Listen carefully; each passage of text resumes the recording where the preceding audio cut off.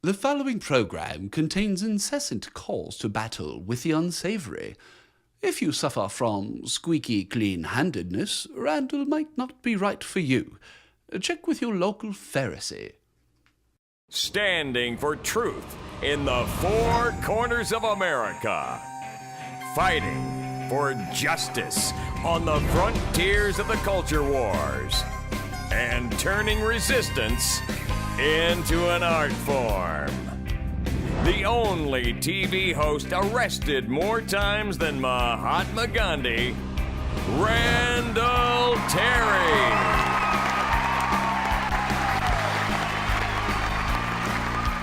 Thank you, ladies and gentlemen.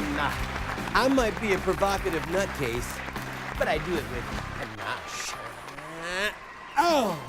Welcome to today's program, friend. As always, the cutting edge of Tea Party television. We're going to look at how the left is coming completely unhinged against the right. And is President Obama inciting violence? Also, Alan Key is another great segment, and we're going to check in via satellite with our team down at the Capitol. Today's program brought to you in part by Chris Matthews. Is he inciting violence against Rush Limbaugh? And by President Obama, who said, if they bring a knife, we'll bring a gun. Don't go away. I've got a quick word of the day. We'll be right back. Just turn on the tape. I got something to say. Ladies, listen to me. Do you know why you can vote? You can vote because there were other women who suffered, who sacrificed, who had horrible, unspeakable things done to them, said about them, so that you could vote. And now you say, oh, look at me. I'm a part of the Tea Party movement. But we don't want to be too radical. We don't want to say something that might get us in trouble. Excuse me? If you think you have all that going on inside you, then you better be willing to suffer, girl. Welcome to today's program, friend. I just want to say this. If you're ever tired of Starbucks, you can go to 7-Eleven. Putting the mediocre in coffee. There's nothing like it, especially lukewarm. Let's go to the news. Of course, without any joking, the nation is still in shock over the brutal slaying of 6 people in Arizona by Jared Loughner. Before the blood, God have mercy on us, the blood of those poor victims was even dried on the pavement, the left in this country came unhinged, blaming the right. But, as events have turned out, Jared Loughner appears to have been a left-wing pothead suffering from the delusion that is common with many left-wingers. And so now, of course, the question on everybody's mind is this. Was Chris Matthews to blame? Oh, Chris Matthews? I thought he was a tub of intellectual lard. Well, he is a tub of intellectual lard. His mouth goes way faster than his brains. All right, I want to take just a moment to be serious. Number one, a federal judge was killed. A 9-year-old girl was killed. There are grieving families right now in Arizona who are going to church services, funeral masses, who are crying themselves to sleep. And these miserable wretches on the left who are so frantic to attack conservative and Christian leaders in this country that they have no shame of taking a horrific situation like this and using it for their political ends, even when the facts don't line up with the accusation. I mean, think about it. If Jared Loughner stepped forward and said, I'm in my right mind, I am a conservative Christian, I am pro-life, I believe in marriage being between a man and a woman, etc., blah, blah, blah, then you could at least have this discussion and this debate. He's none of the above. He's none of the above. The facts on the ground don't even line up with the accusations of the left. This is literally obscene. And I pray to God that we are remembering to pray for the families of these victims. that we are not so preoccupied with the mudslinging that's going on right now that we lose our grasp of reality. This should have been a time to mourn. Instead, it became a time for the left wing to use this for their godless polemics, and then by necessity, people like myself and other broadcasters are forced to step up to the plate and to say to Chris Matthews et al., "Are you insane?" Now, I have to admit, I'm only getting a little bit of blame out there. Really and truly. I mean, some things have gone wrong and the left wing goes nuts and uses my name. On this particular occasion, they're jumping on Sarah Palin. Sarah, welcome to the club. It's an elite club, Sarah. You and I, we're like this. You and I. We went to different schools together. So we expect this from them, but it gets wearisome. We've got a great quote later in the day from Thomas Jefferson about this very thing. But in the moments that we have, I want to say something to you. What is at stake here, besides just the horrific loss of life, is that the godless left, the child-killing left, the socialist left, Chris Matthews, Emily's List et al., they want to browbeat us into using language that is mellow. They don't want us to say baby killing. They want us to say abortion. They don't want us to talk about sodomy. They want us to talk about gay rights. They don't want us to talk about the socialist plantation. They want to talk about helping the needy. They are trying to get us to surrender the words of truth so that we will accomplish their agenda. At the end of the day, people, we must not do it. We must say the truth without flinching, no matter what the enemies of truth tell us to do. All right, in my next segment, a wonderful interview with Dr. Alan Keyes, and then we're going to check in via satellite with our team down at the nation's capital. Don't go away. There'll be bluebirds over the white cliffs of Dover. That explains a lot about why they'll be white. Moments with Moses. If you walk contrary to me, and will not hearken to me, I will bring more plagues upon you, sevenfold as many as your sins. Welcome back to the program, friend. It is I, your servant, Randall, and I have to tell you something. I am sick of America spending billions of dollars on Muslim oil. Yes, not just Arabian and Saudi Arabian oil, but Muslim oil, where ultimately some of our money ends up in the hands of terrorists. Just think of it this way. You're funding terrorism every time you go to the gas pump. I feel sick about it. The only thing left for me right now, go to see the doctor, Dr. Alan Keyes. Thank you, Dr. Keyes. Talk to us about foreign policy vis-a-vis oil, Anwar, Gulf of Mexico. Well, I'll tell you the truth, I must say this is one of those areas where foreign policy and what we would think of as domestic policy cannot be separated. Remember the reason for putting together the Energy Department? Does anybody remember what its original mandate was?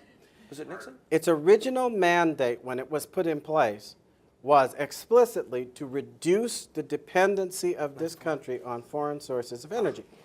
And that's what it was supposed to do. In many respects, I would argue it has probably done the exact reverse in terms of being used and abused to impose the regulations that are actually preventing us from reducing our dependency on foreign oil resources.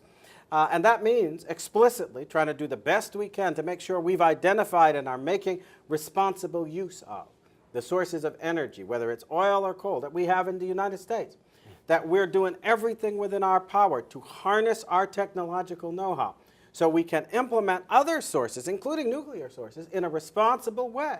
I want a nuclear-powered car so bad. I mean, I just want to drive down the road with a nuke in my trunk. Unlike some folks who want to act as if, as a conservative, you never mention this, I also think that we have to be responsibly preparing the way to look at and try to develop those alternatives, whether it's solar power or wind, other sorts battery. of things, that when they become economical, right, could have a role in helping this country to maintain its energy independence. That's one of the reasons why But we don't have energy independence in now. a prudent, responsible way, things like ethanol and all of that, they were worth pursuing.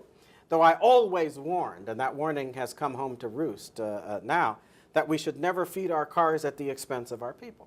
That we had to be careful of making sure we didn't allow our agriculture to be restructured by government incentives and all of that in a way that ultimately impaired our ability Well, to feed ethanol is ourselves. made of corn, and there was this one time when my family was a little bit hungry, and I thought, well, I could just use some of that ethanol fuel, I don't some think gravy so. over my biscuits, and it didn't work out so Even well. if you lit it, it wouldn't. No, it work. went poof like that. It was like a flambe, and it burned going down anyway. But truth to tell, I think we've gotten so far away from this concern, and part of the reason is that we are now dealing with elite forces in America who have no commitment to our national The independence. environmentalists. Well, it's not only environmentalists. No, and the animal rights people. Wait, these are people who have no interest in maintaining the integrity of our nation state, not its borders, not its energy independence, not the sovereignty of our people. They are looking at things in terms of either global ideology, like the socialists, or global profiteering, like certain of the Mammon is God sort of corporate forces. And they don't care any longer because American exceptionalism, the notion that there's something special about this nation and that we ought to be working to preserve it on account of the special gift that it represents of God on behalf of the whole of humanity, that's been thrown away. I think we need to recapture that so that we can focus our attention on doing what's necessary to make sure we're making the best possible use of our domestic resources, and that will, in the end, reduce our need for these foreign oil resources and They change talk the about whole equation. Anwar, Gulf of Mexico. Well, I think in both areas, we need to pursue responsibly the discovery of and drilling for oil. And the notion that this can't be done in a way that respects the environment is false.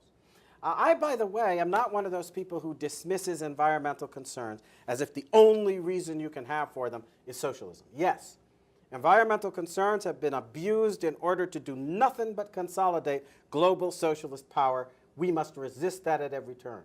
At the same time, we must resist the temptation to believe that we have no responsibility to ourselves and future generations to be good stewards of our resources and to apply our technological know-how so that we can make the best use of them while preserving them available along with the natural resource of this nation's ecological balance and beauty for future generations. We can do this, but we must set this balance as our goal. I feel better already. So you're basically saying take 2 aspirin and call you in the morning? I'll be right back. I've been with Dr. Alan Keyes. Don't go away. Have you even done one story?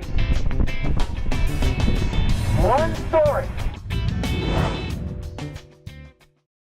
An appeaser is one who feeds the crocodile, hoping it will eat him last. Sir Winston Churchill. Welcome back to the program, friend. Thank you, Dr. Keyes, for that incredible segment.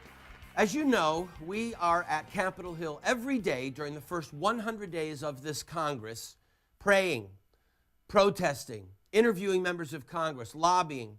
And while I'm here today in the studio broadcasting, we've got a team on site right now. We're going to go to them via satellite, check in with them how it's going. I'm going to call them on the phone. Hey, I didn't say whose satellite I was going to be using. This is AT&T. I got a fancy iPhone, too. Great show or what? Huh? Hi, this is Ed. Ed, it's me, Randall.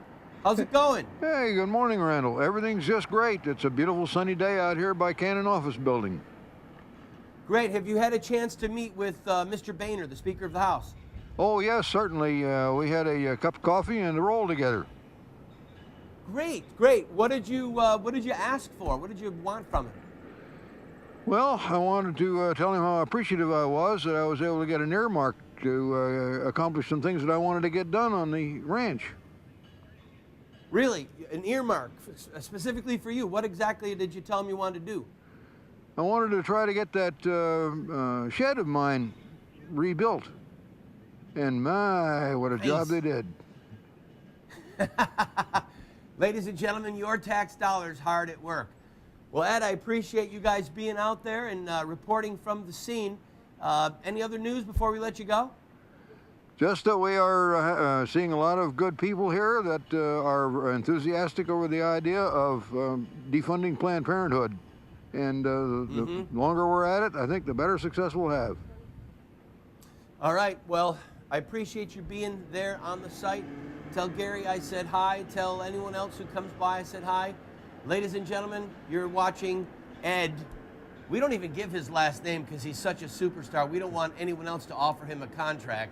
You're watching Ed as he just met with Boehner to get earmarks to repair Ed's shed. Ed, thank you so much.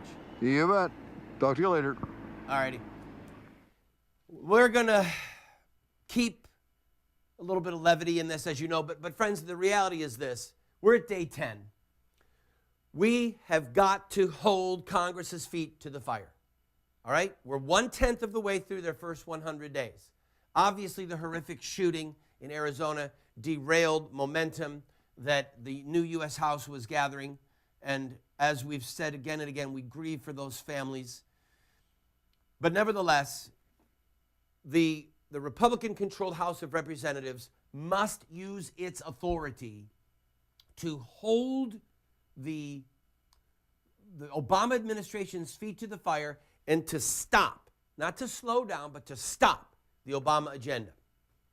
I urge you, call your congressman, 202-224-3121, 202-224-3121. You see the number on your screen. Call your representative, call your 2 U.S. senators and demand that they overturn Obamacare. Demand that they not fund Planned Parenthood.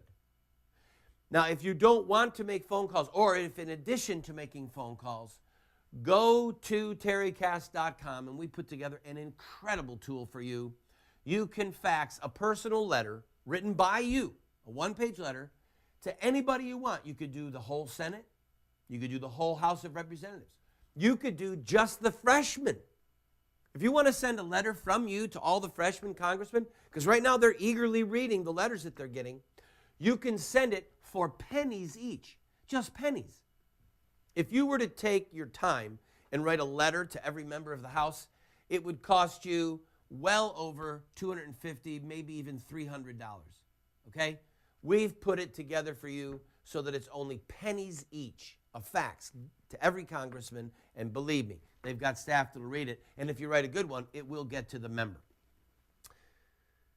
This program is designed to turn you into a culture warrior, all right? It's not enough that we believe the right things. That's a great start. It's not enough that we talk about things with each other, all right? That's a great start. But once we know what we believe, and once we've got the guts to talk about it around the water cooler at work or with our family or with our friends at church, then we have to take the message into the enemy camp, into the public square. Like Jeremiah, like John the Baptist, like Christ himself, heralding the truth, the eternal truths that come from our Maker in the public square, demanding, not politely requesting, but demanding justice for the babies. Demanding an end to this socialist plantation of which we are the slave labor force. So, I'm delighted that you're here. We have literally millions of viewers around the nation on television and online with web streaming or in iPod downloads. We're thankful for this privilege, but I don't want to be the guy who just sits here and flaps his jaw. I want to be the guy that blows a trumpet and marshals people to battle. By the way, that's metaphoric battle to Chris Matthews, who can't get his brain together. I'll be right back, ladies and gentlemen.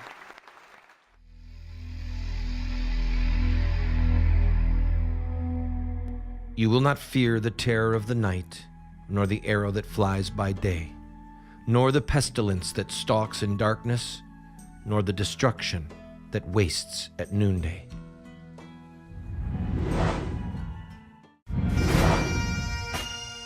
Thomas Jefferson said, "I suppose indeed that in public life, a man whose political principles have any decided character and who has enough energy to give them effect must always expect to encounter political hostility from those of adverse principles. What a great and profound warning. It's really simple, friends. If we are going to herald the truth in the public square, we can expect hostility from those who build their foundation on lies. In our next broadcast, we're going to look at a man who literally laid down his life as he pursued liberty and equality for African Americans, the late Dr. Martin Luther King Jr. Please join me for that broadcast. God bless you.